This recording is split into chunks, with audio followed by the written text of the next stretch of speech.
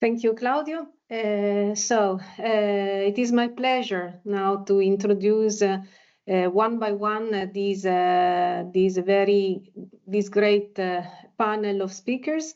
And the first one, I welcome Dr. Juliet Ellis. She's the head of the European Proposal Management at the University College in London.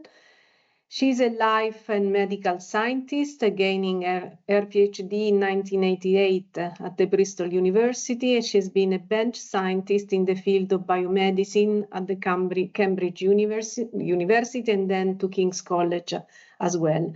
She has reached her senior lectureship at KCL in 1999. And she had a group of 5 researchers, and also had a specific skill to teach to undergraduate at the medical school on science and medical students. In 2009, she decided to become a research facilitator at the Institute of Child Health and at the University College London. And in 2014, during with the setup of the Horizon 2020, she's been involved she was an EC proposal manager involved in the proposal support services, which is now headed by her. So now I welcome again Juliet to start their presentation. The title of presentation is From Concept to Founding, Grant Planning for Junior Investigator. So Juliet, the floor is yours. Okay, thank you very much for your introduction, Carla. Can I just check that you can all see my first slide? Yes. Yeah. Yes. Okay, so I'm going to base this presentation for people who have probably never written a grant before, or maybe just one or two. So it's really aimed at junior investigators. And that's a good start. Okay, this is the agenda. I'm going to talk about these various items in detail. So first thing is time. We're all very short of time in this fast world, but it's really important that you allocate time to write a grant. The second thing we'll talk about is finding the right funding scheme. There are many out there, but you need to find the one that works for you. Then we're going to talk about how you understand the guidelines, and it's really, really important that you do. Then you may need to assemble some collaborators or co-applicants, depending on the type of scheme you're applying for. And once you have your group, you should get together and share ideas, sit around the table and just brainstorm. Then I'll talk about how you start to outline your grant. And then we'll go into doing that in a bit more detail for the application itself, various submission procedures, and also the various things you actually need to do beyond submission. So time. You need to find the time to do this. They take a lot longer to prepare than you think. And you really can't do it by jumping in and out of the job. You need to allocate some continuous time. Now, depending on your current job, you might need to ask to reduce some of your other commitments. I appreciate this might be difficult for medical professionals, but most mentors understand that junior investigators need to start somewhere, and there's never any harm in asking. So try and find at least half a day a week where you can get your head around this with no interruptions. You can also look to see whether there's any administration help available locally in your institution. So that's helping with things like collecting CVs, filling out admin forms. Then the other thing you might like to look into is whether somebody can help you write it. So this is not just because you might not have the time, but grant writers, in fact, I do this myself, they obviously have the expertise and they may be able to guide you or actually write the whole thing for you. Many institutes might have a small pot of money to help you with that. So again, just ask. And to give you an idea of the timeline you need to put to one side, if it's a very short application, and short I define by 6 pages, and it may be just a fellowship application, so that's for one person, you should allow about 1 month.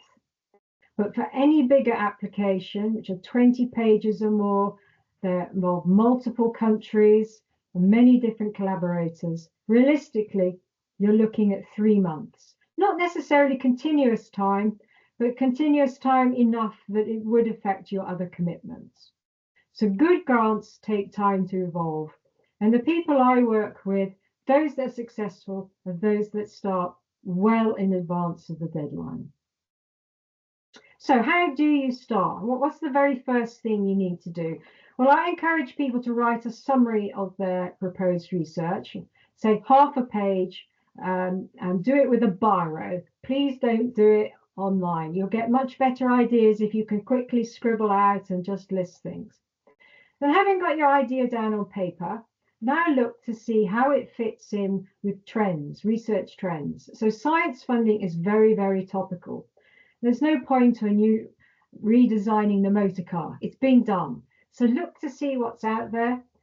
Obviously, you can look at publications in your field, looking at nationally and internationally, just to see if your work fits in with what's there. And also that it hasn't been done before. It may be that somebody else has already had your brilliant idea. So, it means just do some checks. But you also need to check with your institute. So you're going to write a research proposal which requires some form of space, whether it's bench space, desk space, computer space. So they're only going to give you that space if you fit into their objectives. And most institutes will have on their home web page their research objectives. So just have a quick look at those too. And then, of course, you need to check that your head department's willing to support you. It may mean you need a period of leave from other commitments, as well as the space. There'll be technical costs, estate costs. They need to know that, that you can be supported. Then you can start looking to see whether you need co-applicants or people within your department. Maybe you might want some more senior colleagues initially, or collaborators from outside your institute, which can be within your country or abroad, and possibly an external sponsor, so a pharma company who might be able to provide you with some extra time or money. So having got all that underway, you need to then look, well, who's going to fund my type of research? So you need a list of funders. And you can get these from various places. I think I would encourage you to go to your local finance office. Finance officers deal with grant funders all day, every day, and they will have lists and they will be able to help you, as will your mentor or superiors within your field. Then there's the good old internet. You can just put in key terms. I'm sure if I put cancer in Italy in, I'd bring up OECI. So, it's very easy to get big funders. Funders come in different types. They can be government, private, industrial, pharma, or charity. And depending on how big they are, they will offer different amounts of money. And also, not all funders will fund in all countries. So you might find some funders will only work in the country you live in, whereas others are international. So NIH, for instance, is international, but there are some in my country, like the MRC, which are really stick to UK funding. And then you want to look at their success rates. It may be that this funder that you found, it looks brilliant on paper, but then they only give 1 grant a year. Well, that's no good. It's too competitive. So you want to see how many grants they give out, how much money. They actually should publish their success rates online, so you can easily find those. So you've chosen your funder. What do you do next? Well, you look at their guidelines, and please make quite sure you download all of them. Some funders can have multiple PDFs and web pages, so you just need to make quite sure you've got everything.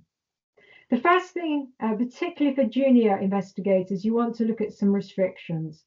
So there are some restrictions where you need to be a certain age or have a certain number of years post-PhD to be able to apply. And they will state these quite clearly. And there are also some schemes which are targeted at younger investigators. And I would encourage you to look at these because it means you're not competing with older investigators who are more experienced, who've probably been doing it for 30 years, because that will just make it too competitive for you. Then look at their evaluation criteria. Now, evaluation criteria are what the funder set on what they're looking for in a grant application. So if they don't really fit with what you want to do, so in other words, they're evaluating a completely different way to what you want them to do, then they're probably not the right funder for you. Some funders have more than one deadline. So the first deadline more than one application can go in. So if you have a two-stage deadline, the first stage will be an expression of interest, or EOI as it's known. And this will probably be very short, and you're just presenting an overview. It still should be taken seriously, but it means if you get through that first stage, you often have a bigger chance of being funded at the second stage. Then look to see if your research topic is actually funded by this funder. There's no point in sending in an application on, I don't know, improving the taste of ice cream if they only work on mechanical engineering type projects. So obviously, make that link. Then grant templates. You don't have a free run in most cases when you're writing a grant. You have to follow a set template. It's a bit like doing a school exam paper. You have to answer all the questions on the paper. Then funders are really bad at having small print. And these can be at footnotes, or it can be a terms and conditions in a separate area of the whole website. So please make quite sure you download those, because it might have some extra criteria that you need to meet. Then finally, you want to see whether you can send your grant application to more than one funder. So there are quite a lot of overlaps, particularly with things like fellowships. There are a lot of organizations that will do personal fellowships, and they will allow you to submit the same application to a different funder. So this will increase your chances of winning at least one of them. The vast majority of funding organizations will give you a lump sum of money, but others actually ask you to provide external money. This is sometimes known as co-funding or matched funding. So typically, in fact, the European Union has some schemes where they will only give you 60% of your costs, and you have to find 40% from elsewhere. So, bear that in mind, because you might not have the funds to do that. Possible sources are things like pharma companies, which can sponsor you. Charities will also do it, and some industrial companies. Now you need to start thinking about your collaborators. In most cases, you need help, not only with writing the application, but with doing the work. And you're likely to need them to be multidisciplinarian. So that means that you've got people from, say, genetics, biochemistry, medical, clinical, pathologists, charities. A range of different disciplines need to be incorporated, and these can be national and international. And I'll talk a bit more about those on my next slide. You might also need to think about additional material that you need to provide: any licenses, animal, clinical permits, patents, ethical approvals. These often need to be uploaded with your application. Then check the submission process itself. Most of them now have an online portal of some description, and you should get familiar with this. Check with your funding office in your institution that they are aware of their processes, any registration or internal approvals that you need. And please do this in advance. Funder websites can be very tricky to navigate. The EC one in particular is very challenging if you've not used it before. So collaborators, what should you have in your collaborators? How do you bring people on board? Well, look at their location geographically. Some grants actually ask for a widespread, others want you to stick to your own country. You need to make quite... camera. Sorry, I heard some background noise there. So make quite sure that you have all the skills that you need to deliver your application, and also have some friends there. People who you can trust as like your quorum. Have a base of, say, 2 or 3 people. It could include people in your institute, your mentor, for instance, who can be a trusted core, and then bring in some new people from there. But before you sign up anyone, have a meeting, discuss, check that you get on, common goals, maybe even do some independent checks to make quite sure that they will deliver on the work that you want them to deliver.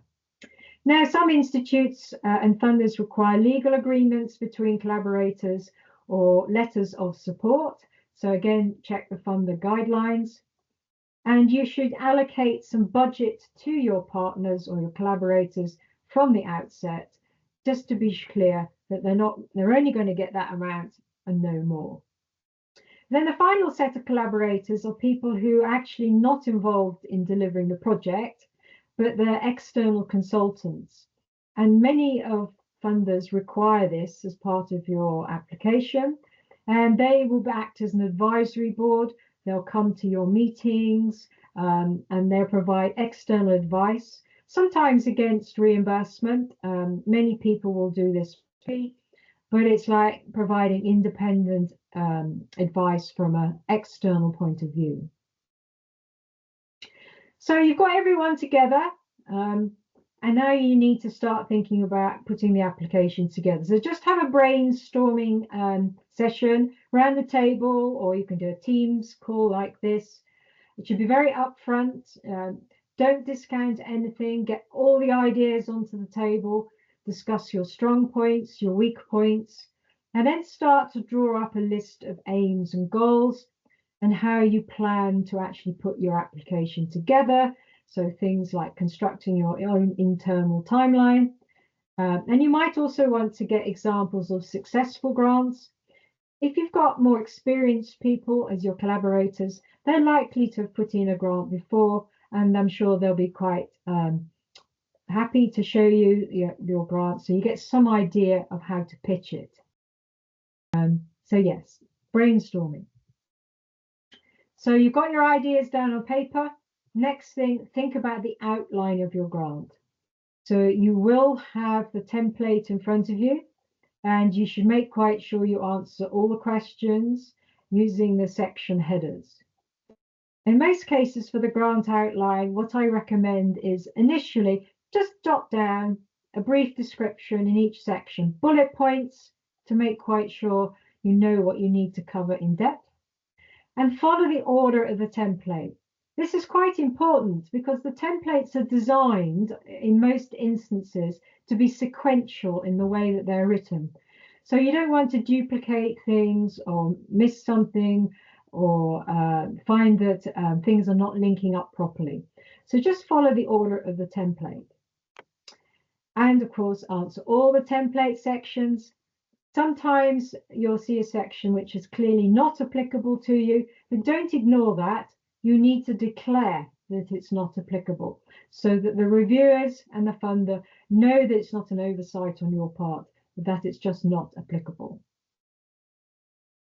Right, so now you need to start writing the first draft. You've got a month aside, you've cleared your diary. How do you start? Well, remember right at the beginning I said you should write that summary. Well, you should keep this at the top of your template the whole time to act as a reminder. Make quite sure you cover all those key points. Most funders actually want you to upload that summary in a separate format later on, and you might need to revise it at the end because your project, remember, will be evolving as you start to write it. Also have the funder's evaluation criteria to hand. So as you're writing, you can make quite sure you meet their style and requirements. So at the beginning, most templates will ask you for your hypothesis, your visions, aims, and objectives. So you can quickly get those down and make quite sure that as you address the template, you are indeed meeting those aims and objectives. You'll then need to provide a bit of background to the project, maybe the history of the problem that you're trying to solve and where it's at now. And you can include any preliminary work. It can be published or unpublished, depending on what the funder asks for. And you'll describe this much in the same way as you might do, say, in a publication.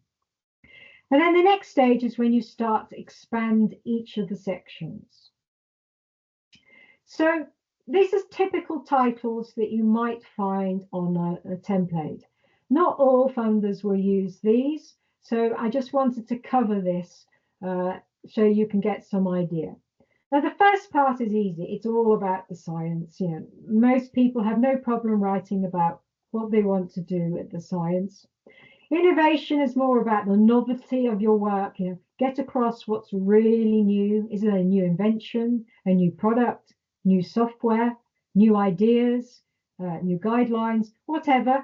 Make quite sure you get that across early.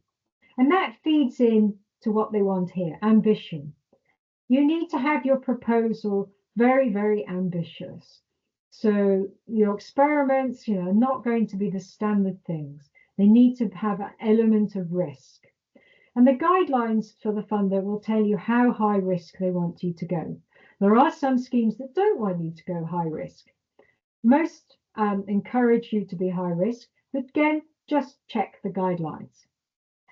The term state of the art, it's one of these things in English that I feel I need to explain to non-English speakers. What it actually means is that you describe where your research field is now, and the work that you're going to do is going to take you beyond the state of the art. So you can't be incremental or be a me too type of person. You've got to show, yes, well, this is where this automatic car is at the moment. But if we develop this software package, it's going to go beyond the state of the art, and you'll be able to do A, B, and C with your automatic car, which has never been done before. And that's a crucial part of most applications. And it links into impact.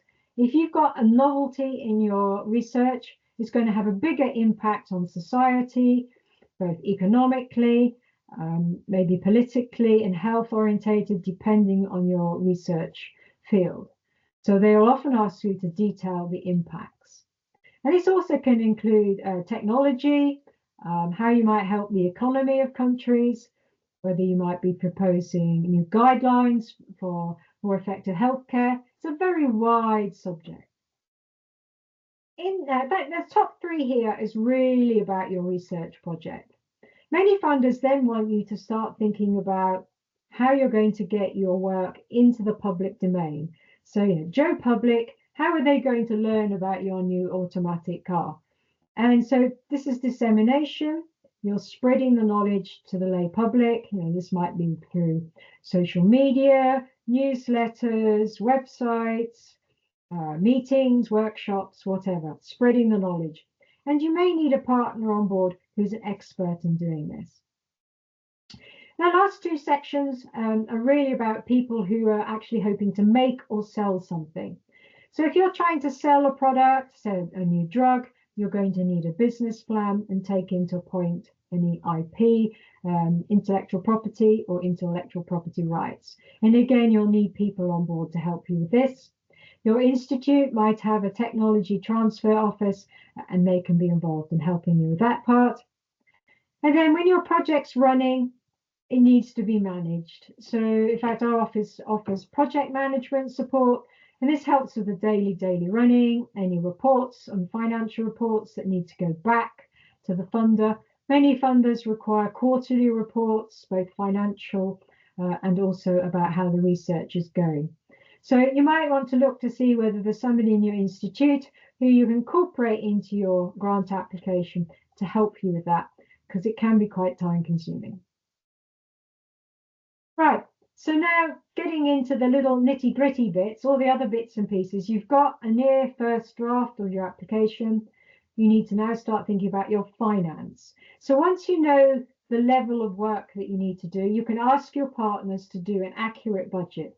They can't do that until they know what they want to do, and you need to justify that budget. You know, why do you need 10,000 euros to design X? You know, you can't just say, yes, I need 10,000 euros.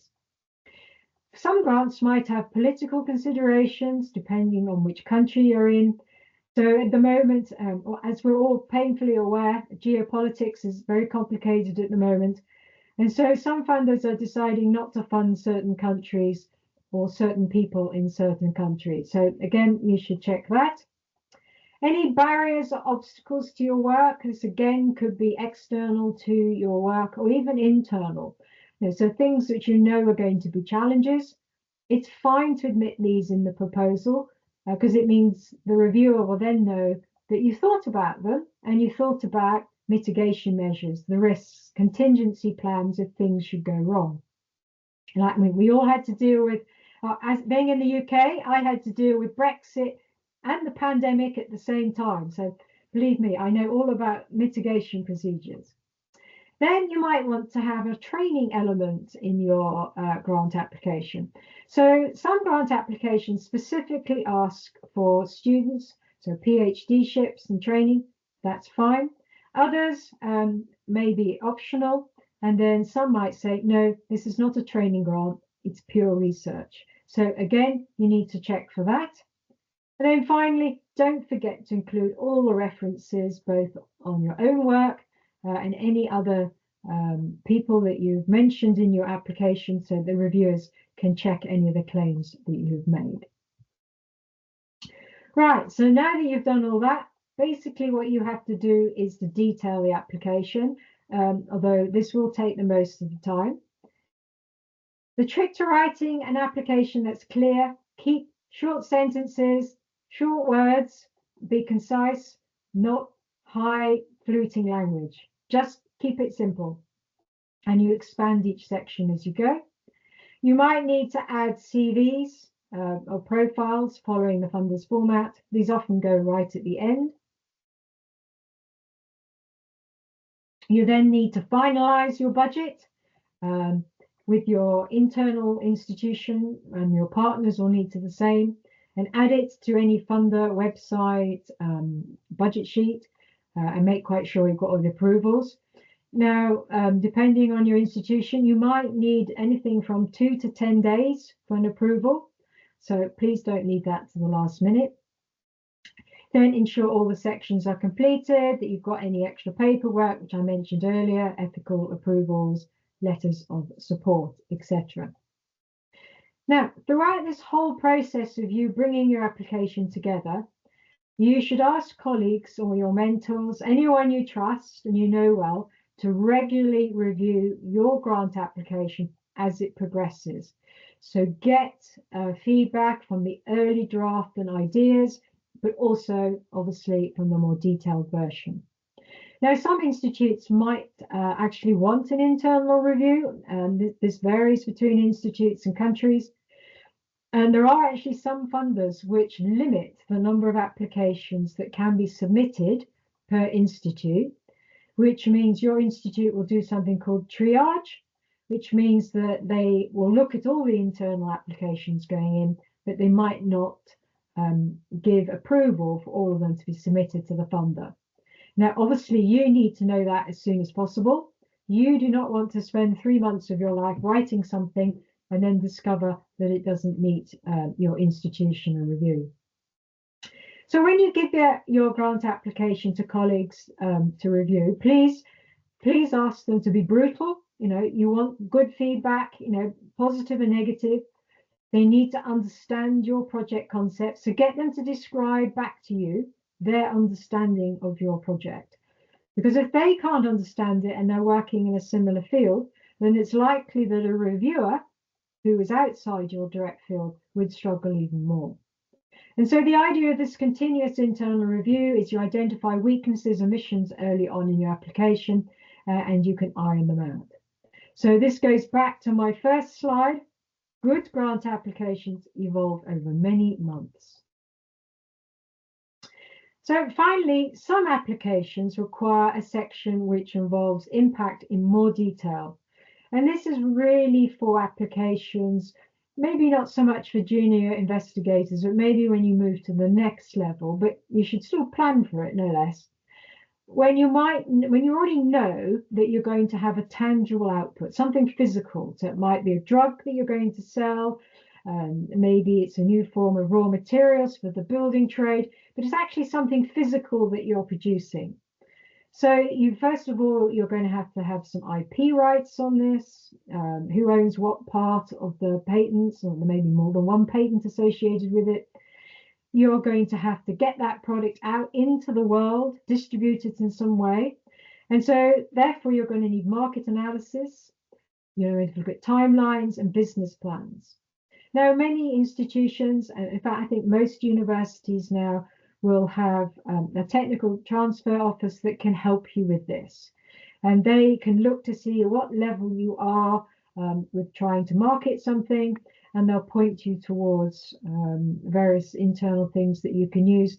You can even cost such tech transfer officers into your application so that they can provide support for the marketing should you need to go that way.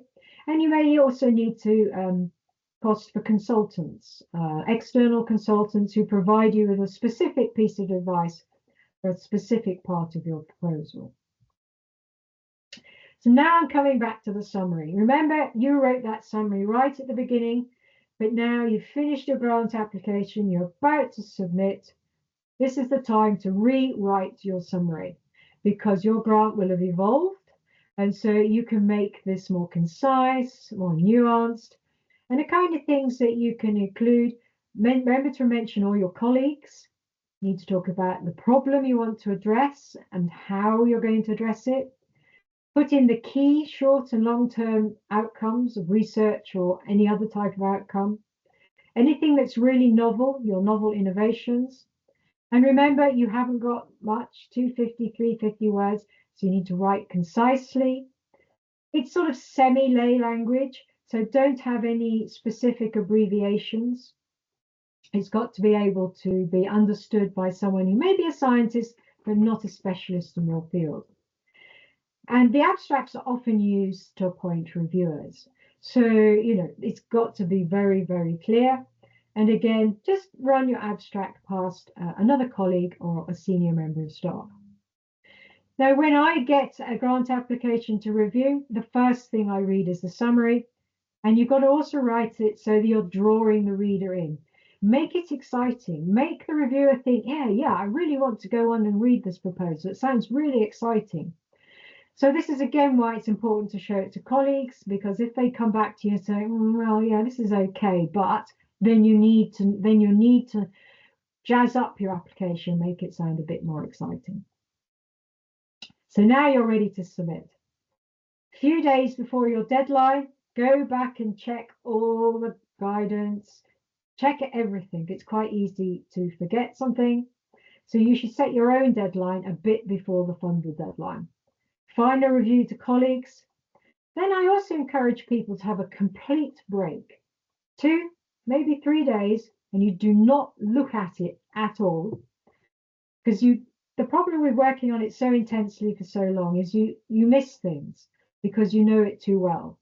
So then you go back and you look for errors. It might just be grammatical, but sometimes you spot a repetition that you missed before or something that's inconsistent. So just give yourself time for your brain to have a break and go back. So finally, you upload everything onto the funder's website and you press submit. Make quite sure that no guidelines have changed last minute. I mean, this is really naughty of funders to do this, but I'm afraid it does happen. I have had people scream. And then make quite sure that your confirmation of your submission has gone through. Most submissions these days are done through the internet. So if you were really unlucky and you had a break in your broadband at the wrong moment, then your submission might not go through properly. So just check that you've got confirmation back from the funder. At this point, before you go on holiday and chill out and give yourself a break, you should note the results date. These vary, can be anything from 1 to 6 months after submission. The reason for this is that some grant funders want you to do some prep or admin immediately the results come out. So just note the dates because you do not want to be on holiday at that point. You can then also follow up any internal approvals you need, which need to be in place in time for the grant to start. As I'm sure most of you are aware, ethical approvals can take 3, 6 months, sometimes longer if it's complicated. Also, if you know you need to get some co-funding money from other sponsors, this is the time to check that you can do that. And you also need to think, well, if my grant is unsuccessful, what can I do with it? So after you've taken into account the reviewer's comments, you can look at resubmission criteria and also alternative funding schemes so you can turn it round quite quickly and save yourself a bit of time. So finally, I was just going to say, I have a couple of slides on the reviewing process itself, which I do, and I'm sure some of the other speakers will talk about this too. So a reviewer is looking for ease of understanding, so clarity, and it's well structured. The project is in a logical order, it's feasible, and that you're actually going to produce some impact. Don't say you're going to make a new space rocket to go to Mars without actually demonstrating that you really can do this. Don't be too ambitious. If the funder call you're going for has a set question, make quite sure that the reviewer, the applicant, has actually addressed that set question. You'll be surprised how many people do not do that. Research is novel and ambitious, hasn't been done before, and it's not incremental. So they're not looking for a small increase in output. They're looking for something fairly substantial. And say the grant was 3 years in duration, the reviewer will look to see, well, can they do all that work in 3 years? Is it too ambitious? Would they finish after 18 months? Can they do all their aims and objectives in that timeline? So those are the kind of things that the reviewer looks for. The reviewer gets their own guidelines. They always need to state things like conflicts of interest, and they need to review without bias or personal opinions. And occasionally, most of us will get a grant one time or another where we realize that we do have a conflict of interest and we just declare that. A reviewer should always provide constructive criticism. There's no point in just saying, oh no, this is a terrible application. They have to give the reasons why they think something's weak and also how it could be improved. All applications are confidential, and reviewers sign various agreements to agree to that.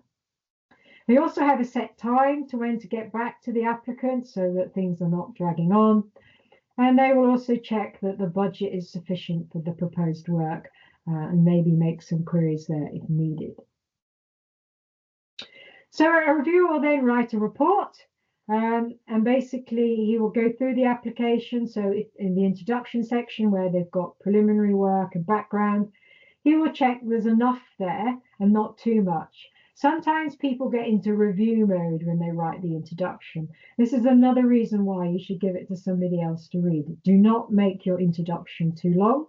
Make quite sure you've covered the literature sufficiently, but not too much. One of the areas that is frequently scored lowly on is methodology description. You must describe this in sufficient detail. If you don't do it in enough detail, the reviewer will not be able to tell whether your work is doable in the time frame and whether it meets the aims and objectives. So please spend most of your time really thinking about the methodology section when you're writing. And then you've got to think about how your results are going to be analysed. Have you shown that you're going to analyse your data correctly and in a statistically significant manner? Communication, dissemination, have they shown that they've got good routes for doing that? If applicable, if they're selling something, is their marketing and business plan sound and believable? Their mitigation measures for any of the risks or possible barriers, are these doable? Do they sound reasonable? Have they thought them through? This is another area where people fall down. They really don't think through a mitigation measure for something that might not go wrong. Something might go wrong. So please also give these some thought too. And it's fine to actually admit some of your limitations to the work. Maybe you can only take the work so far at this present time. It's fine to acknowledge that, because it tells the reviewer that you can only go so far. How will the reviewer know unless you actually say so? Okay, so that was all I was going to say. So and I'm on time. I'm happy to take questions now or later. I was not sure what format you wanted to use, so whatever works for you guys. So thank you, Juliet. It was very exhaustive and comprehensive. In the chat, the participants, if you want, you can leave some query to Juliet. Are there any queries? Just to say that my slides will be circulated to you. So yeah, Thank you. Okay, in the meantime, can I ask you two practical things? Camera and microphone. You hear me? Yes. Yes. Okay. Can we just summarize? Can you summarize for us you have given us an overview of what are the major items to pay attention to, but can you summarize for us just the 4 major pitfalls that young investigator face while transitioning from a research concept to the preparation of a proposal? You've said that, but I would like to have some fast overview. Okay, so I think that possibly in a random order. So methodology, so details. So I think a junior investigator, because they've not had much experience maybe in writing papers, reviews, or writing in general, number one, not enough detail. And this is where their supervisor can help with them.